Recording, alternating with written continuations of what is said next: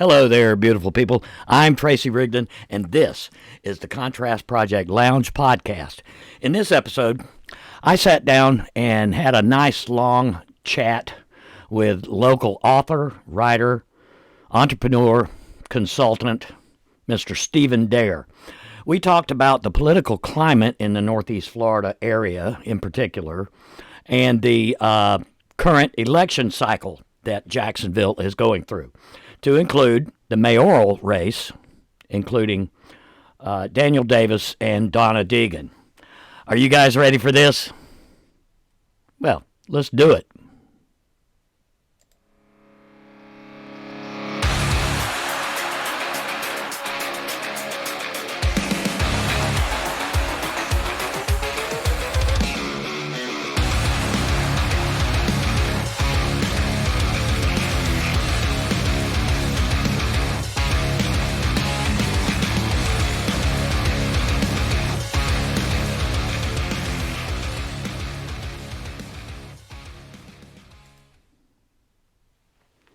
Joining me now on the podcast is my good friend from Jacksonville, Florida, Mr. Stephen Dare. Stephen, how are you? Hey, Tracy, man, I'm doing good. Thanks for having me on. Oh, you were the first person I thought of when I got this bug in my ear. To come on and talk about the local political landscape and the election process, which we're going through now. Duval County is going through several elections coming up. Not only the mayoral, but there is also some city council seats left to be filled. But right off the bat. I wanted to talk about the mayoral candidates, Davis and Deegan, and I thought that our listeners here should know right off the bat, too, that you yourself are actively involved in the Donna Deegan for Mayor campaign. Is that correct? Oh, absolutely and proudly. And as you know, like I was saying earlier before we went live here, I have indeed run into people on the street and people that I know in Clay County, which is really a red county for sure. Uh, Registered Republicans that always vote party lines. They're even saying that they believe in their hearts that Donna is the best pick for the job for Duval County. Yeah, well, I mean, I'm going to give you my objective opinion, objective from my point of view, right? Sure. And then, you'll have to Right. decide how objective I am, given the fact that I am doing some consulting for Donna and I'm for her. So I've known Dan Davis Right. for 20 years, actually 23 years now. Mm-hmm. I've always liked him. He comes from a really good family. Like, there's not a lot to dislike about him. But Right. in just looking at the candidates, he doesn't have the intellectual curiosity that's necessary to run a city like Jacksonville at an inflection point. And make no doubt about it, the country, the state, the city, all of them are at inflection points.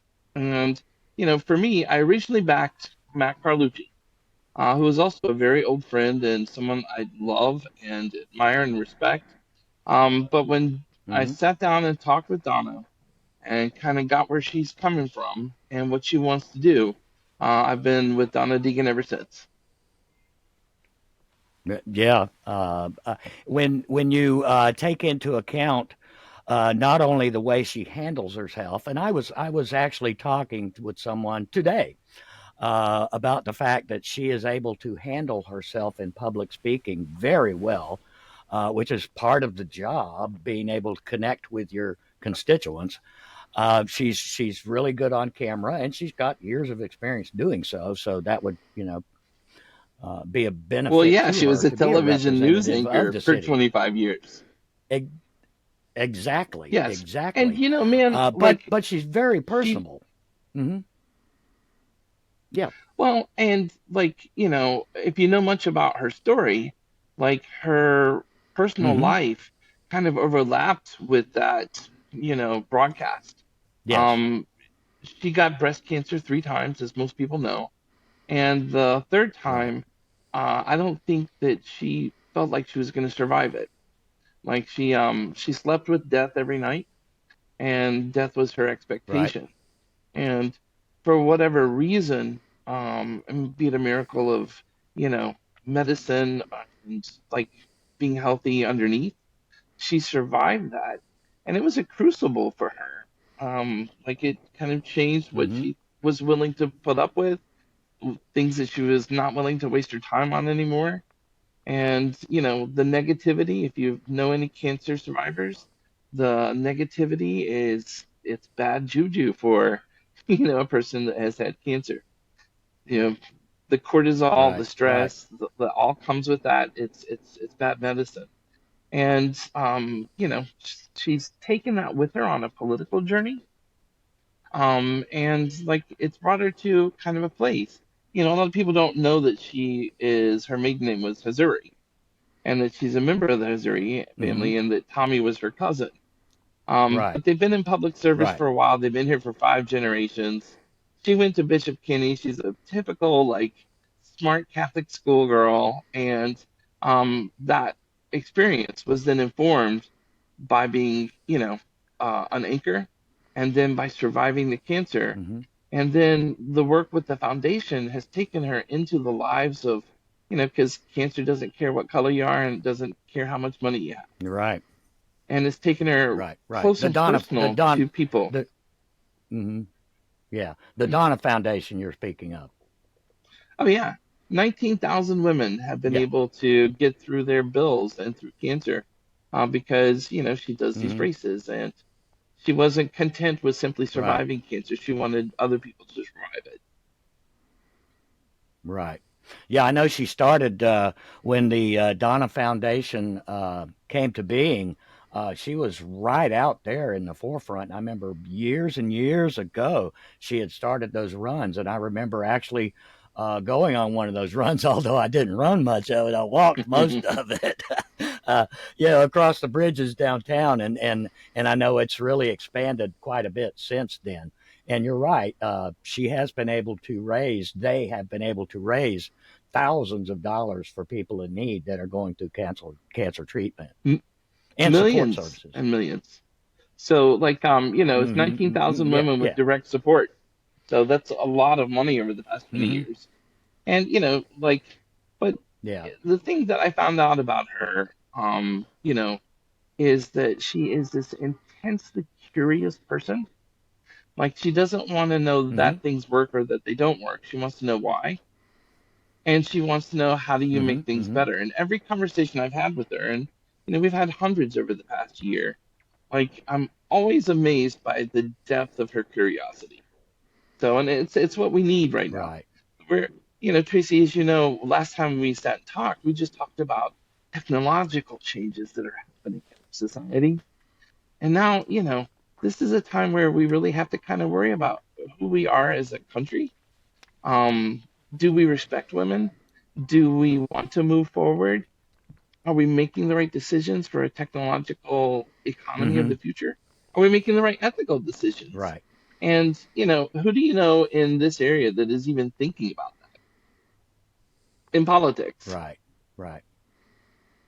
Sure, sure, sure. Technological advances for sure, and it seems as though when we talk about the growth of the country or the growth of Jacksonville, Duval County, any particular pick your metropolitan city. So many other cities seem to get it, whereas it appears to many people on the outside looking in, and to those living, in Jacksonville, in and around Jacksonville, they seem to see a lot of projects that never actually come to fruition.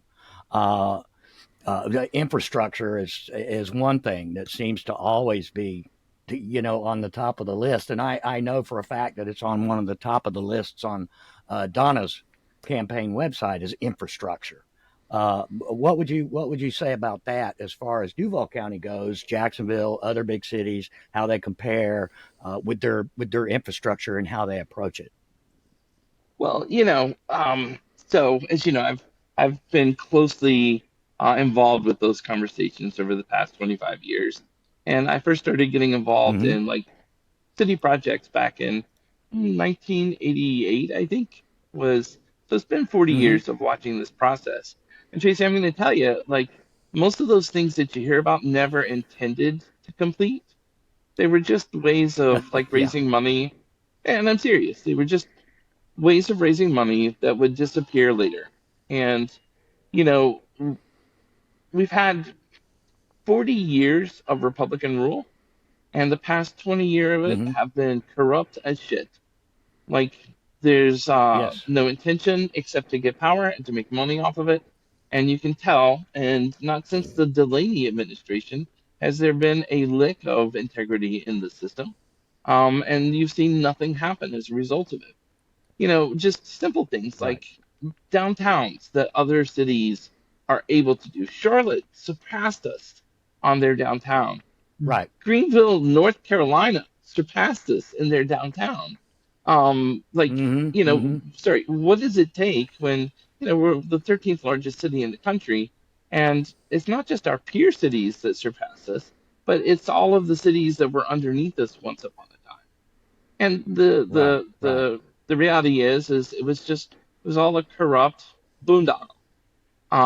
We lost 80% of our building stock in the downtown over the past 30 years. We didn't gain more. We Mm-hmm. lost it. It's all parking lots now. And how does that happen? Right. Right? Well, there's a bunch of different ways it happens, and it happens every different administration. But the net effect is we lost. So where we should have been a Right. logistical center of the entire United States, we're still talking about trying to just bring a super carrier, cruise ship here. Well, there's a lot that Right. needs to be done, Tracy, and it's just been Yes. on autopilot. I was here when the city converted from Democrat to Republican, and this was in '92. Mm-hmm. And you know, the mayor's race used to be decided by the Democratic primary because there were no Republicans. And then over the course of about 4 years, everybody switched party, taking all of that institutional knowledge with them, and they went Republican. And it was because at the time, the Democratic Party had just been kind of laughable. Like people were afraid that the Soviets were going to blow us up with a nuclear bomb, and Right. the Democrats Right. were talking about lesbian separatism and hugging trees, and it didn't make a lot of sense to people our age, right? I'm sure you were in Mm-hmm. college, you Right. saw those same young Republicans I did, Mm-hmm. and Reagan Yeah. reached out and Yeah. he appealed to them, and they have stayed loyal to Reagan for the past 40 years.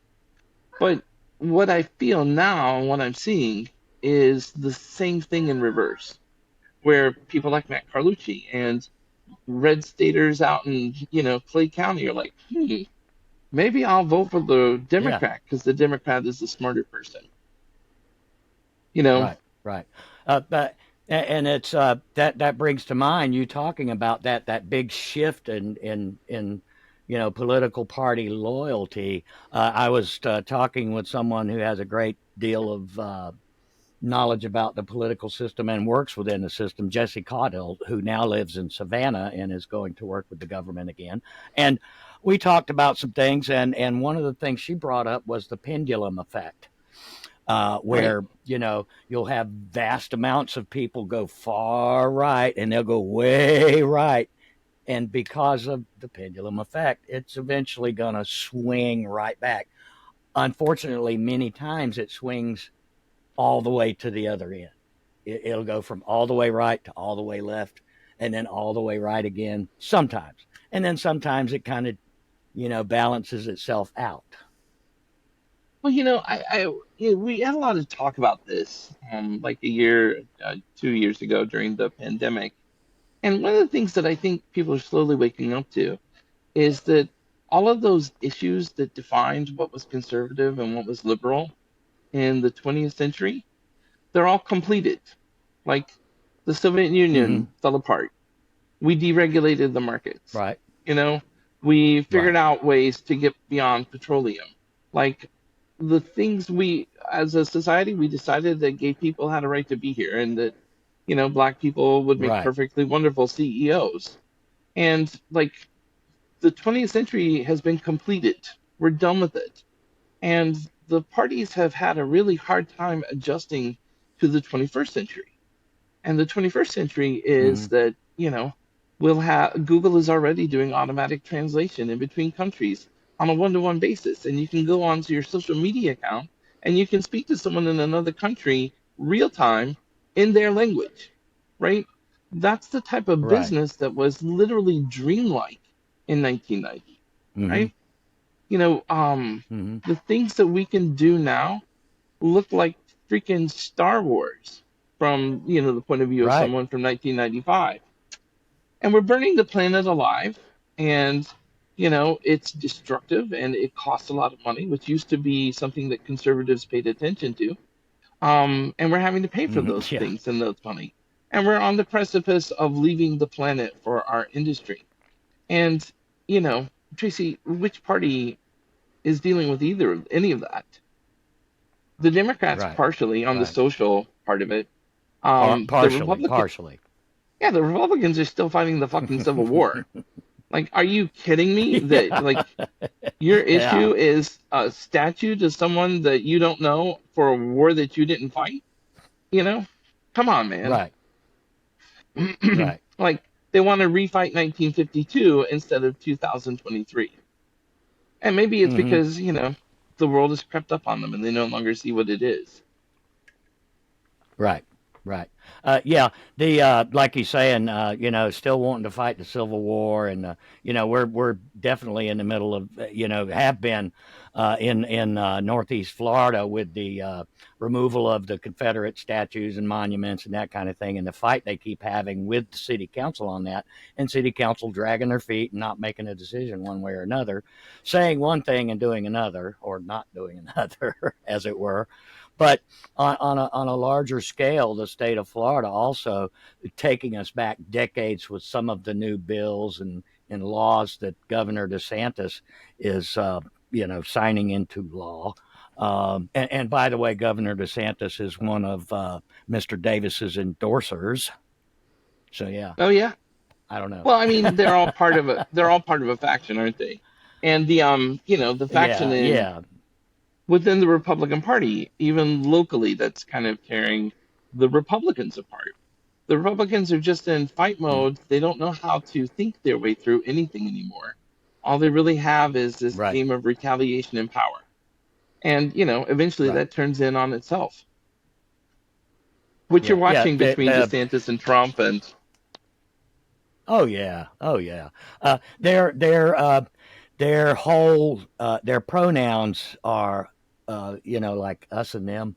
uh, yeah, and I mean they're all they just peddle this you know again the us and them thing, but they are wanting to push oppressive legislature on the people that are at the margins, people that are unable to actually, fight such a system. You've got, people that, with voter suppression, as a matter of fact, people that are unable to vote, people that, can't make it to the polls. And there's always that argument that there's plenty of time to do so, but not so much for people that just plain can't do it.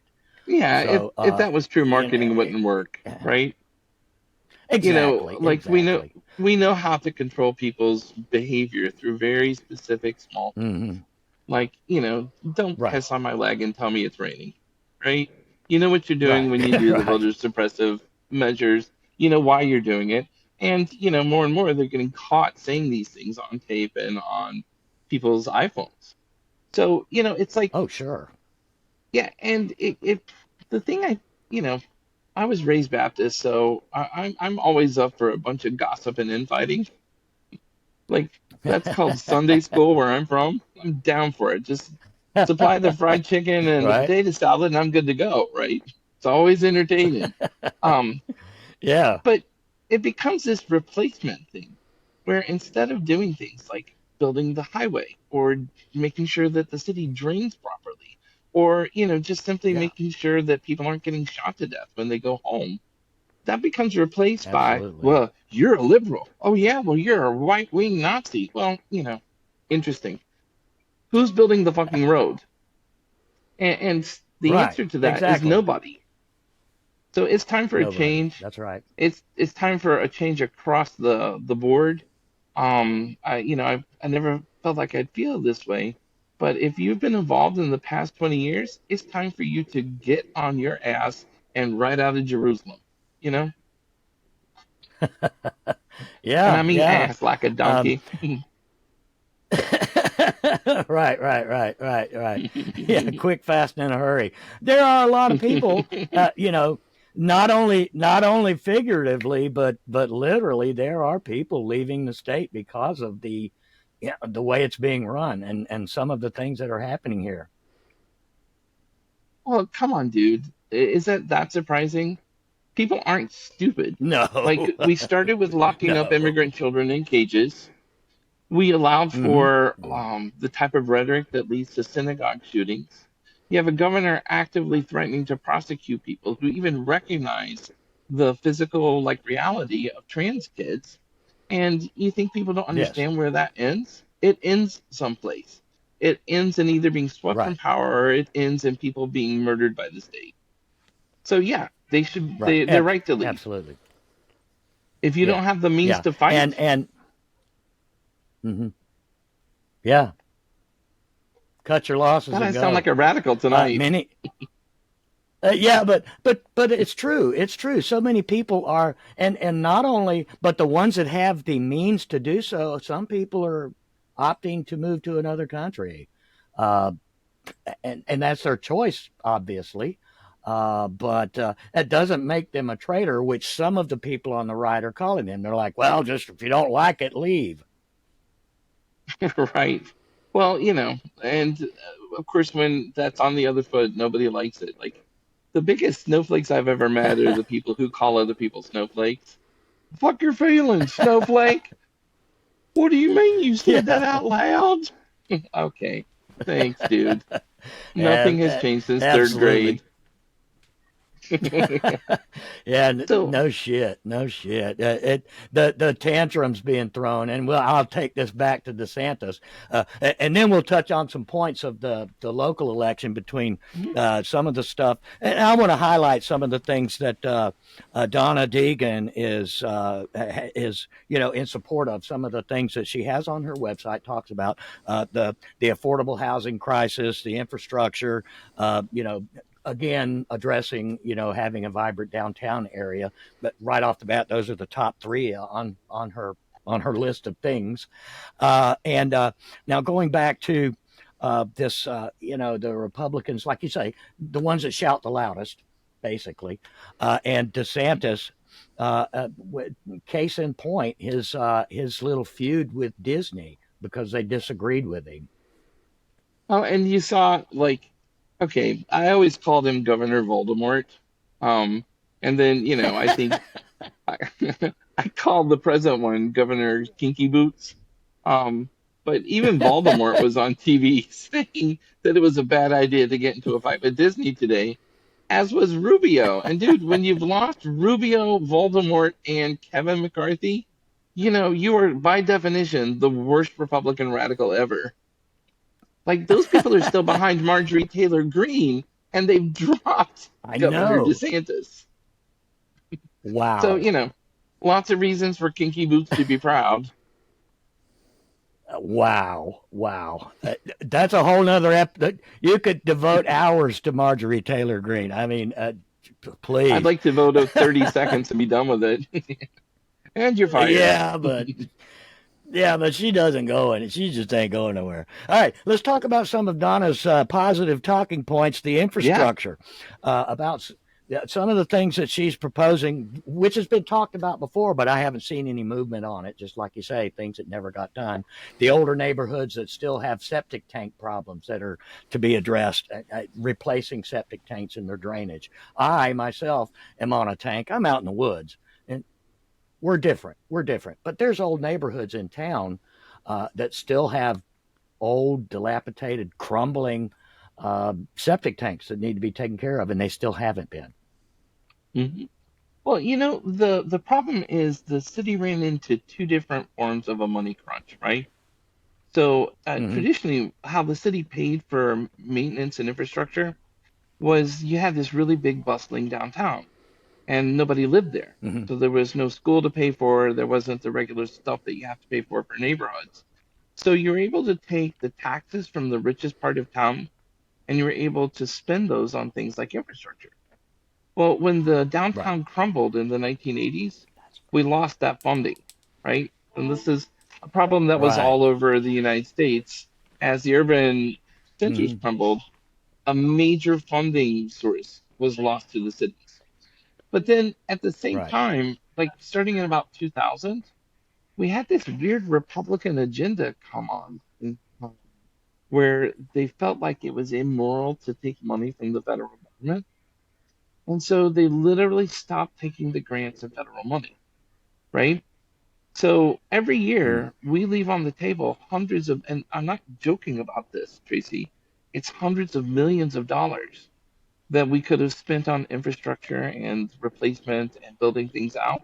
But we didn't because, two of them particularly were Ayn Rand followers, and they felt like it was moral Mm-hmm. peril to take federal money, right? So we lost the federal funding and we Wow. lost the urban core funding. And so what this Mm-hmm. happens is it makes a shortage of money, and then there's a fight for it. And who wins those fights? Politically, the most powerful. And that means that the poor people, Right. the marginalized, the in our city, African Americans and the Latin parts and the poor Sure. whites over off of Firestone, they lost that big time. And instead, all the Right. promises that we made in consolidation, we kept those promises with the South Side. And look at the South Side. It prospered. It's a Right. wealthy area of town. People want to live there. We didn't keep those Mm-hmm. promises with the North Side, and you have growth, but you don't have economic growth. You have expansion, but you don't have economic expansion, and you have crumbling infrastructure as a result of it. So Oh Donna, yeah. as far as and I can't really speak for Donna. I'm just I give advice from now and then, but she wants to go back in, and she feels like we can't live up to the promise that we have as a city until we keep the promises that we made as a city. So she's going back into the Right. neighborhoods, back into the places, and Sensible. starting with the ones who have been Mm-hmm. neglected the longest. She's going to start there and start in concentric rings, fixing the actual infrastructure, the drainage, half of the places where you think it's a ghetto, it looks like a ghetto because the city hasn't done anything to maintain their own properties in the past 40 years. Right. Right. Right. Northwest quadrant comes to mind. Ken Knight Drive. There are places on the other end of North Side, Ocean Way. Well, shoot, Um, off Atlantic you could Boulevard just across by go on and on. Regency. Yes, Yeah, Arlington areas, yep. Regency. Oh yeah, Regency is. Yep. Mm-hmm. Like when you see that the curbs are broken and the street lights are leaning over into the street, that's not a homeowner, right? That's the city Right. of Jacksonville. Right. So Absolutely. Donna is Absolutely. committed to, uh, going back in, keeping the promises, and building the infrastructure. And it's like one of the things, and this was really indicative of why I made the decision for Donna instead of Dan Davis. We know that we have 40,000 fewer affordable workplace housing, right? That's now. Mm-hmm. In 2023, we have 40,000 too few. So his big pledge was that he was going to get us to 10,000. Dude, yeah, so your big vision is to underfund it by 75%, you know? Right. Um, but Right. it's like if you with the feds, you you can't get a dime of the money that you don't ask for, and that's business 101. Mm-hmm. And so it's Right. going to be an Right. activated searching for the funding that does that. Right. Right. And like you say, with the affordable housing, that is number two on Donna's list. Affordable housing in the area, the housing crisis, and yet, you know, affordable being the key word because you see a lot of building going up. Some of the housing going up San Marco, in the Brooklyn area. There's large complexes going up. The one that they're going to build downtown on the waterfront. This is Hmm. not affordable housing. None of those are.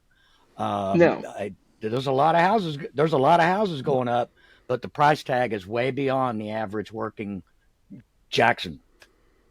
right. and it goes back to um, a builder would rather build a project that he can sell every unit for $1 million in than build 25 Sure. projects that he can get 100,000, per unit. Right. And Right. this goes back to the DNA of the city, our zoning and our regulations. We've had this tendency to, on purpose, we create zones where only luxury housing and expensive apartments can go up Mm-hmm. because there's set asides that has Right. to have, Right. it's got to be on 2 acres of property. It's got like only things that a wealthy person would be able to afford. And that way you can exclude poor people from living there. And then we take Right. these middle class neighborhoods and we build basically slum housing. We call it like, workforce housing. And you build 3 or 4 Sure. blocks of it, Sure. and then you have none of the social services, none of the things that make those work, Right. and everybody hates is, not my backyard. So the way to solve that Sure. is that, you want to build a luxury house, you want to build that project on the river, 10% of those have to be affordable, right? So that you build it into the Mm-hmm. properties, you build it into the fabric of the city. There isn't a poor section, there isn't necessarily a wealthy section, but you have to be proactive about that. And that's how every city has solved it. Even Donald Trump had to build affordable housing into his luxury buildings and his condos. Well, I mean, it just makes sense because, with the cost of, housing, not only in Jacksonville, Duval County, and surrounding areas, it's getting out of hand out here in Clay County too. Oh, and it's Even going to even continue. even even renting a single wide trailer out in Middleburg is crazy. It's higher than you would possibly think. Oh, Unbelievable. and trailers have gotten upscale too. So it's not like they were back in the 70s where, they attracted tornadoes Well, and thanked the good Lord, you hadn't been out in my neighborhood, have you? right? But yet, I don't Tracy, know. I like, don't know. she actually has plans for this stuff, and it doesn't involve on, Mm-hmm. well, I've got relationships with builders. Well, no shit, Dan. If you don't have relationships with builders at the chamber, what the hell were you doing? That hasn't resulted in a Exactly. single affordable unit being built. So you've had Right. 10 Right. years. Where's the stuff that why you just can start now? Yeah. Donna's serious about it, and she's Yeah. surrounded by serious people. And Yes. Dan is surrounded by Absolutely. the same And assholes that have made the city horrible for the past 10 years. Tim Baker, Brian Hughes. absolutely. Jesus. Oh yeah, yeah. And before I touch on this other part, building, sustainable, working, walkable for that matter, walkable neighborhoods. That goes the things that go with that, like you say, services, social services, parks and healthcare and public transportation that goes to the area. There is no public transportation in some areas, and I know of people that have to walk a great distance just to get to their bus stop. So, and I So know that you they can't can have a miss it bus because it stop doesn't on show up. because it doesn't show up. Right. Exactly. The timing of our transit system is bad. The schedules don't work. And I know many people that use public transportation in Jacksonville that will tell you that, and they rely on it. But you have so many things. Again, like I said, the healthcare issue. There's not enough affordable care, healthcare. These neighborhoods, and I'm not saying, building, self-sustained little communes or anything like that. No, but at least have the resources, social services, and healthcare and clinics and that kind of thing, and within a neighborhood, within reasonable distance of people that may or may not have transportation, as well as having food sources because there are still food deserts in Jacksonville. And we used to do this. We used to do this a lot better. We had county Mm-hmm. agricultural extension offices. And Yeah. I don't know about you, but I grew up at the beaches, and our backyard produced Mm-hmm. all the produce we needed, right? Because gardening was a lot more Yeah. common.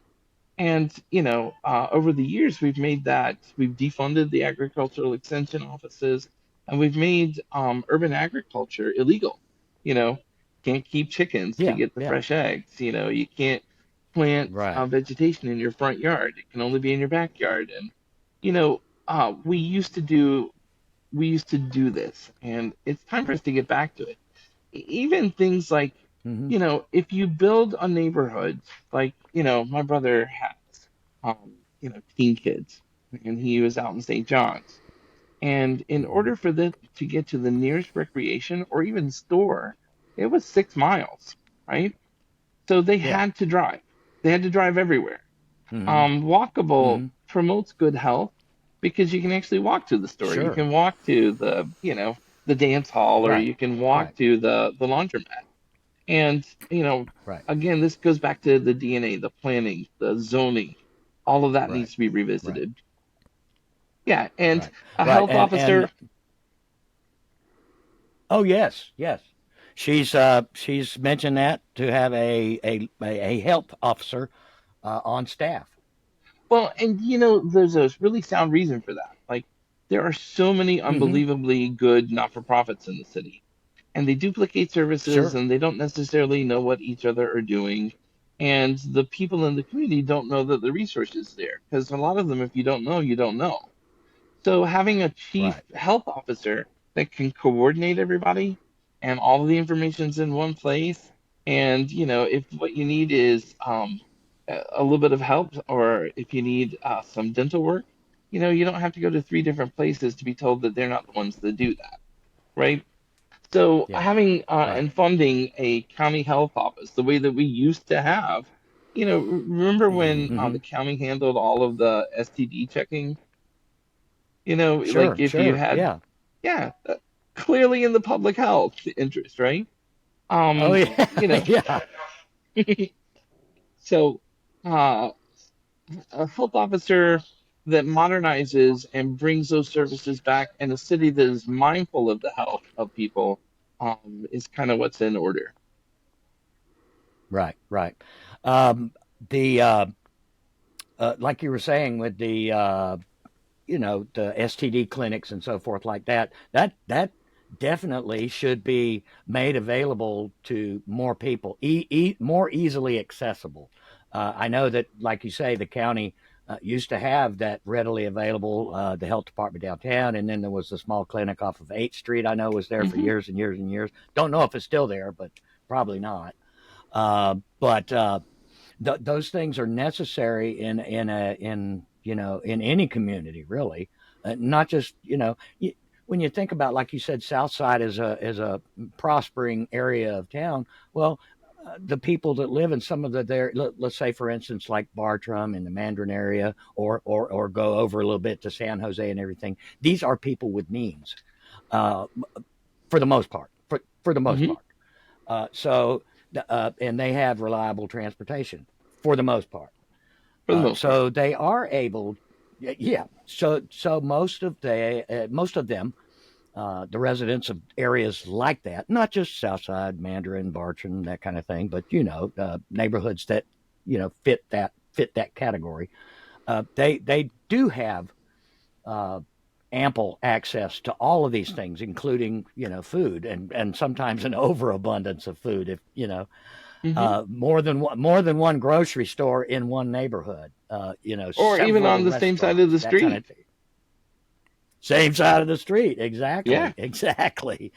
Whereas other neighborhoods, just like you say, your brother having to go 6 miles to get to wherever. Where I live, it's the same. It's right at 6 miles exactly, 5.57 miles, something to get to the nearest Circle K.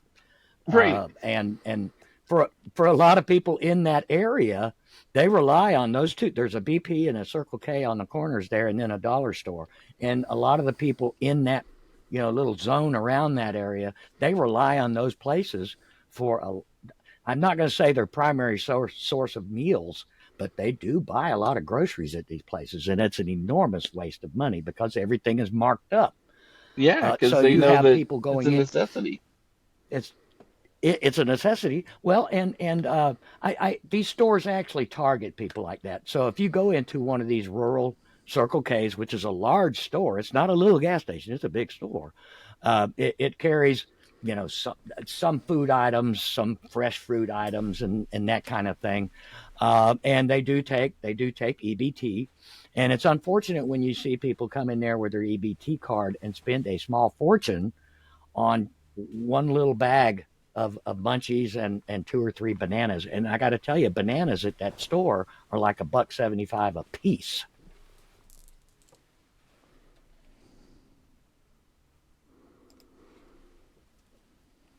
I'd like to thank all my friends, fans, and followers over on Facebook, Instagram, and Twitter. Please don't forget to like, share, and comment. And on our YouTube channel, like, share, comment, and smash the subscribe button. Don't forget to ring that bell so you get notifications whenever we have a new episode come up. And don't forget that the podcast itself, the audio version, can be streamed on all major streaming platforms. And you can find my crazy shenanigans over on TikTok.